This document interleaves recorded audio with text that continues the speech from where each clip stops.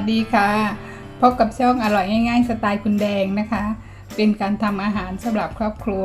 สำหรับคุณพ่อคุณแม่ลูกๆและสมาชิกทุกคนในครอบครัวทุกคนทานได้ทำได้ง่ายๆนะคะวันนี้นะคะจะทำเมนูง่ายมากๆเลยนะคะใครๆก็ทำได้นะคะแต่ว่ารสชาติอร่อยมากค่ะทำถั่วฝักยาวผัดไข่ค่ะไปทำกันเลยค่ะวัตถุดิบที่ใช้นะคะวัตถุดิบที่ใช้อันแรกก็จะเป็นถั่วฝักยาวนะคะอันนี้แดงใช้300 กรัมนะคะแดงซื้อถั่วฝักยาวออร์แกนิกนะคะซื้อมาจากซูเปอร์มาร์เก็ตนะคะอันนี้ค่ะเพื่อนๆเพราะการกินถั่วฝักยาวนี่อันตรายมากนะคะเพราะว่ามีสารเคมีเยอะเคยไปที่ไร่ที่เขาปลูกถั่วฝักยาวนะเขาบอกว่าต้องฉีดหลายครั้งเริ่มตั้งแต่ออกดอกเลยนะคะดังนั้นถ้าเรากินถั่วฝักยาวออร์แกนิกก็ดีไประดับหนึ่งแต่ก็ยังเอาไปแช่อันนี้แดงแช่เกลือ10 นาทีเหมือนกันนะคะ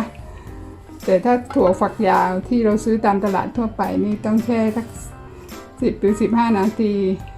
แช่ด่างทับทิมหรือไม่ก็เบกกิ้งโซดานะคะเพื่อความปลอดภัยของเรานะคะแล้วก็ไข่ไก่นะคะใช้ไข่ไก่4 ใบแล้วก็มีเครื่องปรุงก็จะมีน้ำปลาน้ำตาลซอสฝาเขียวแล้วก็เจียวกระเทียมหอมๆนะคะไปทำกันเลยค่ะเริ่มจากหั่นถั่วฝักยาวนะคะอันนี้เด้งหั่นเล็กๆนะคะ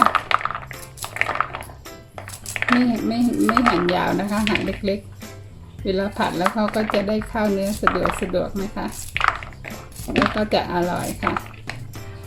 อันนี้ก็ถือเป็นเคล็ดลับอย่างหนึ่งนะคะในการหั่นถั่วฝักยาวที่จะผัดให้อร่อยนะคะ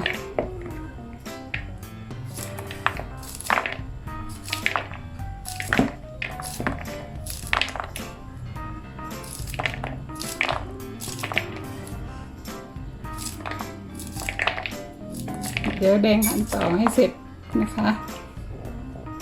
หลังจากหั่นถั่วฝักยาวเสร็จเรียบร้อยแล้วนะคะเพื่อนๆเดี๋ยวเราไปเริ่มผัดกันเลยค่ะเปิดไฟเลยค่ะใส่น้ำมันไปสัก2 ช้อนนะคะแดงใช้น้ำมันรำข้าวประมาณ2 ช้อนนะคะ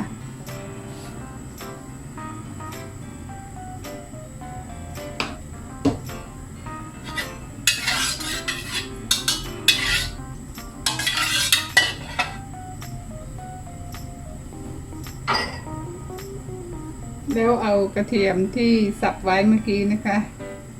แดงใช้กระเทียมไทย10 กรัมนะคะเดี๋ยวเอาไปเจียวหอมๆนะคะ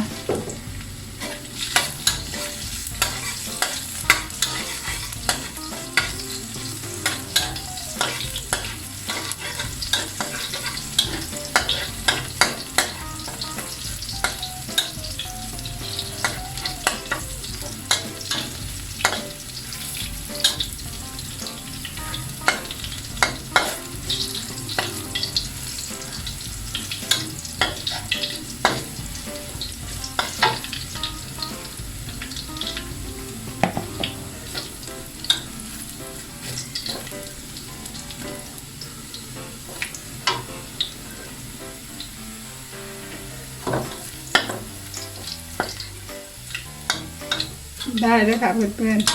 ๆกระเทียมเยอะเดี๋ยวเอาไว้โรยหน้านิดหน่อยนะคะ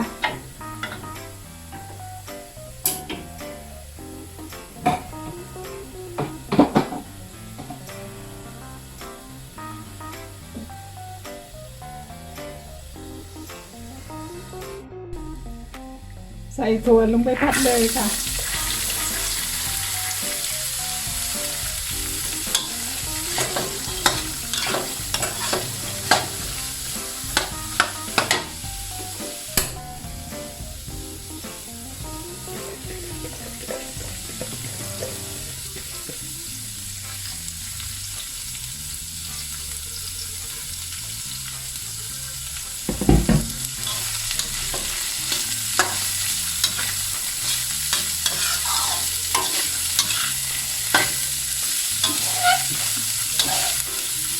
ลับในการผัดให้อร่อยนะคะเพื่อนๆเราต้องผัดจน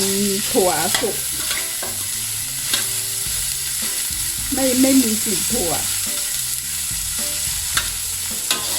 ทำแบบนี้อร่อยมากๆค่ะ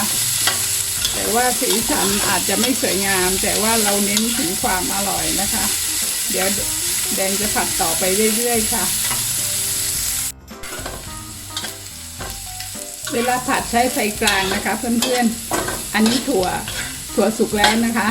ไม่เหม็นไม่ได้กลิ่นถั่วแล้วเราก็ใส่ไข่ไปเลยค่ะ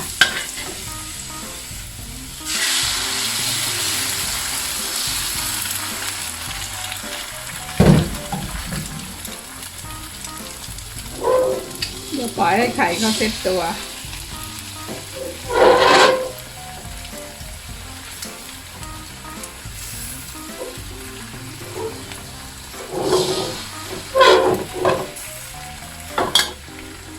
เราจะไม่คลุกเข้าไปนะคะ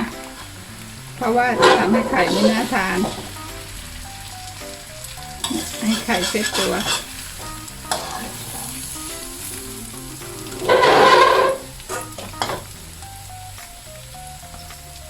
เดี๋ยวแดงผัดต่อนะคะ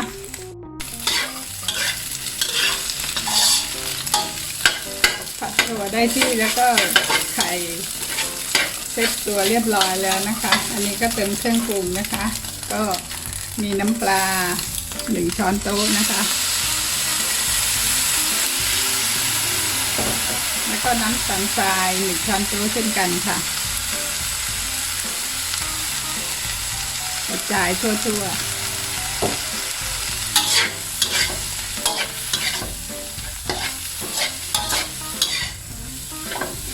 ผัดให้เข้ากันก่อนนะคะ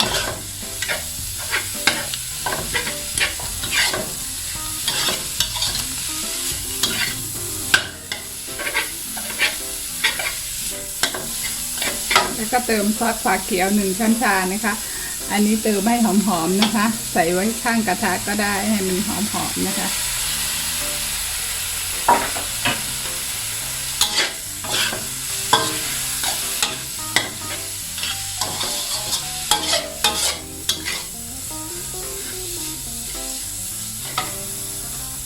แล้วก็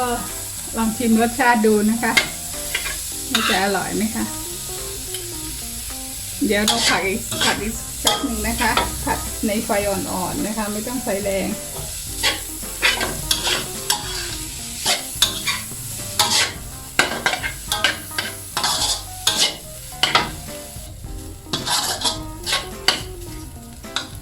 เสร็จเรียบร้อยค่ะเมนูถั่วผัดไข่ทำง่ายๆนะคะมีประโยชน์ต่อร่างกายแล้วก็อร่อยมากๆค่ะเดี๋ยวไปตักใส่จานเสิร์ฟทานกับข้าวสวยร้อนๆแล้วก็น้ำปลาพริกอีกสักถ้วยนึงก็คงจะอร่อยมากๆค่ะแดงตักใส่จานพร้อมเสิร์ฟเรียบร้อยแล้วค่ะเพื่อนๆรสชาติอร่อยมากๆนะคะเพื่อนๆลองไปทำดูมันมีเคล็ดลับอยู่นิดเดียวค่ะคือหั่นถั่วให้หั่นแบบเล็กๆแบบนี้นะคะแล้วก็เวลาผัดนะคะเราต้องผัดให้หมดกลิ่นถั่วนะคะบางคนเขาบอกว่ามันถั่วมันเหม็นเขียวไม่ชอบทานถ้าผัดแบบนี้ก็จะไม่มีกลิ่นเหม็นเขียวนะคะแล้วเราถึงจะเติมเครื่องปรุงรสชาติอร่อยมากๆค่ะเพื่อนๆสามารถไปทำเองได้ง่ายๆที่บ้านนะคะขอบคุณที่ติดตามชมถ้าชอบกดไลค์กดแชร์กดติดตามแดงด้วยนะคะสำหรับวันนี้แดงขอตัวไปก่อนค่อยเจอกันคลิปหน้าสวัสดีค่ะ